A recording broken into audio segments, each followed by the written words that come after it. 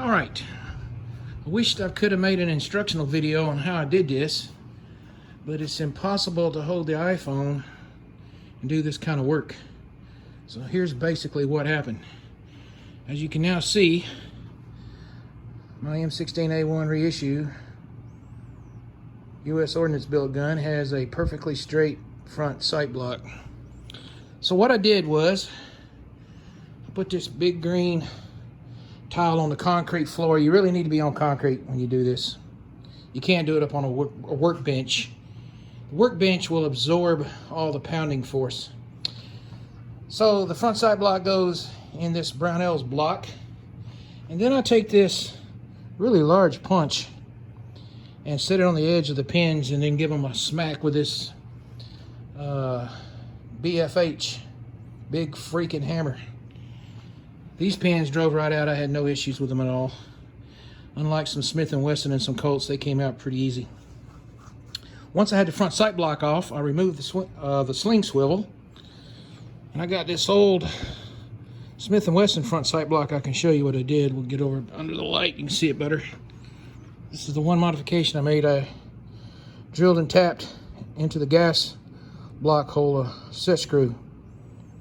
So the front sight block can be aligned with my gauge and then locked into place. At that point, I went through and I believe I used a number 30 drill, slightly cleaned up the hole, went through with a reamer, and then I took a slightly larger, longer pin, and after several attempts at trial and error fitting, I got it to the right length I want. I cut it, and then I took and smoothed the end off on this convolite wheel, and then it's perfect. So I hammered it in, then I removed the set screw on the back, repeated the process. Once that was done, put my sling swivel back in using these original Colt rivets along with this Schuster tool.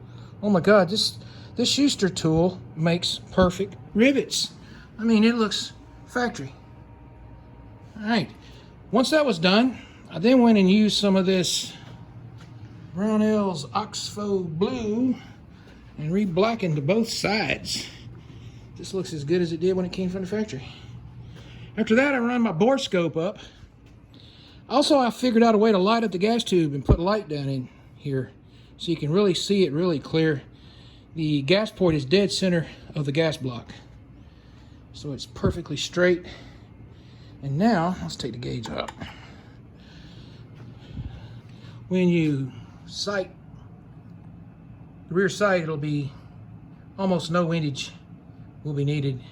It'll be perfectly straight. I mean, these guns are basically iron sight guns, and I really wanted my sights straight.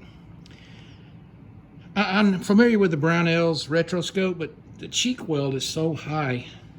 And I don't use scopes or red dots. I use iron sights only, so I'm pretty particular about wanting my iron sights straight. Now, this gun is perfect in every way, except it has one slight flaw. Came from the factory. See if I can find it.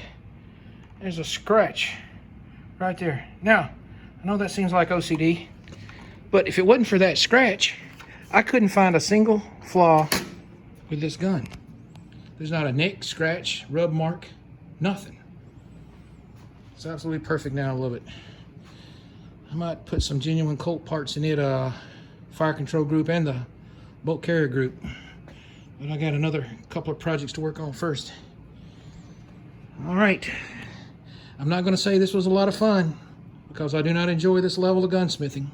I've done, I believe this will be my 6th or 7th one that I've straightened.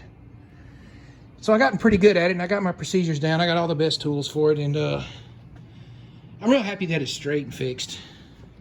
Yeah, it's perfect. Love this Colt.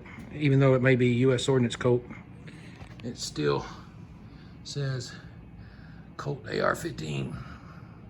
Property of U.S. government, M16A1. All right.